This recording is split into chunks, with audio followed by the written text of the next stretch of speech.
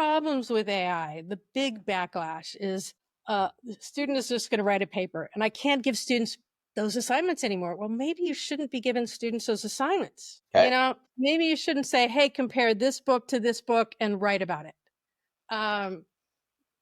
Also, writing may not even be the proper format for communicating, right? How many students are being told to write in an educational way? Well, it's just not going to get their point across in the real world. You write something that's dead because no one ever reads it.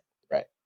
Right. And so so I kind of, what we're doing is we're teaching them to be academics, right? Because in an academic, you read everything that's going on, that you cite it because you got to make sure people understand where it came from. You add your citations, you put it out there, people read and they react to your stuff. Well, that's okay, but that doesn't functionally happen in the world today. It's not about reading. It's not about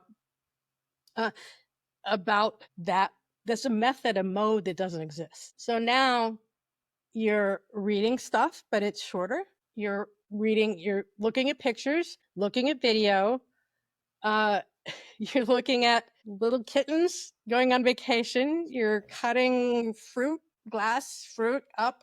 It's just one of the things that we're going to have to learn. And academia is really behind. And I went through that with the digital technology. When I got to SU, I was coming from professional world where you learned how to use whatever software was there. And it was like Illustrator, Photoshop, that kind of thing. Yeah. You probably all still use that. I do. Yeah, I do too.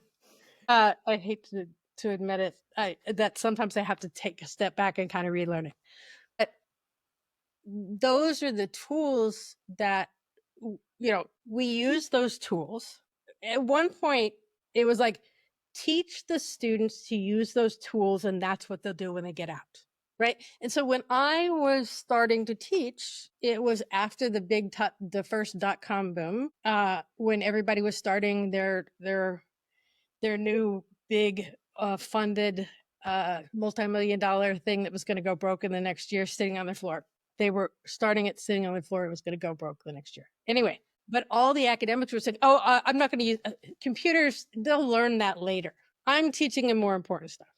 Well, no, they've got to be literate on that speed. They've got to be literate. They don't need to be taught how to use a pen and ink to draw things. Sure. Right. And so I think that's laziness that a lot of academics didn't want to learn how to do that. Well, now there are a lot of academics that still, not only can they don't care about the tools, they care about the method, the way they want people to think. And so, but now you've got students. So you go into the library now and it's not quiet. You don't have to go through something that's checking to see if you're stealing books. There's a coffee shop in there. And you rent out a teaming room.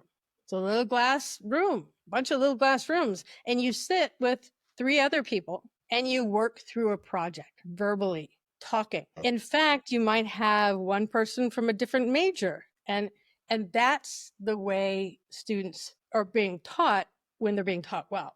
But remember that old thing where you're sitting in a carrel. They would even have, so keep it quiet, you couldn't see. And they have a few carrels you can see, but the thing is, that's not how students think through things.